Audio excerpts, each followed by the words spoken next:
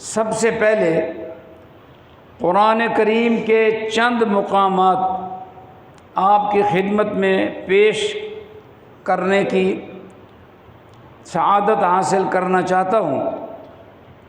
یہ سورہ آل عمران ہے اور اس کی آیت نمبر 18 ہے، جس میں اللہ پاک فرماتا ہے شہید اللہ انہ لا الہ الا ہوا والملائکۃ واولو العلم قائما بالقسط لا الہ الا هو العزیز الحکیم۔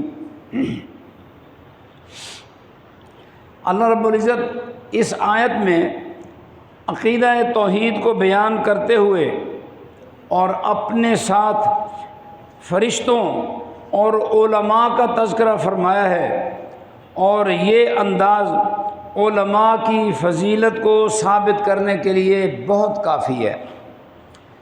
شہید اللہ انہ، اللہ اس بات کی گواہی دے رہا ہے لا الہ الا ہوا، اللہ کے سوا کوئی اور معبود اور الہ نہیں، والملائکۃ، اور فرشتے بھی یہی گواہی دے رہے ہیں، واولو العلم، اور علم والے بھی یہی گواہی دے رہے ہیں، جو انصاف پر قسط پر قائم ہیں۔ یہ قرآن مجید میں سورہ آل عمران ہے۔ امام قرطبی ایک چوٹی کے مفسر اور محدث ہیں، وہ فرماتے ہیں کہ اگر علماء سے بڑھ کر کوئی اور عزت و شرف والا ہوتا تو اللہ تبارک و تعالی اس کا تذکرہ اس آیت میں ساتھ کر دیتا۔ اللہ بھی عزت والا ہے، فرشتے بھی عزت والے ہیں، ملائکہ بھی عزت والے ہیں، اور کسی اور کا ذکر اللہ نے اس آیت میں نہیں کیا۔